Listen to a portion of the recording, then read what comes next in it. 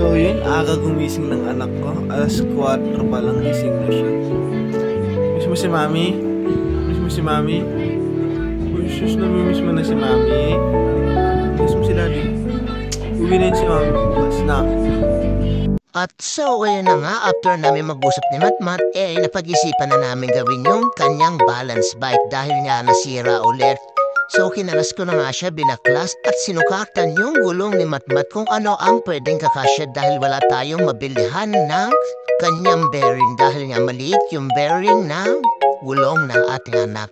Yan, excited na nga yung anak ko kahit hindi pa tapos yung kanyang bike. Hindi na ako nagpakita din sa video kasi nga mahihain ako. Actually, malungkot kami niya ni Matmat kasi wala ang kanyang mami. Kaya nagmuni-muni lang kami. Ginawa ko na nga rin pala yung kanyang manobela dahil tabi niya para na rin maayos yung pag-drive ng anak ko.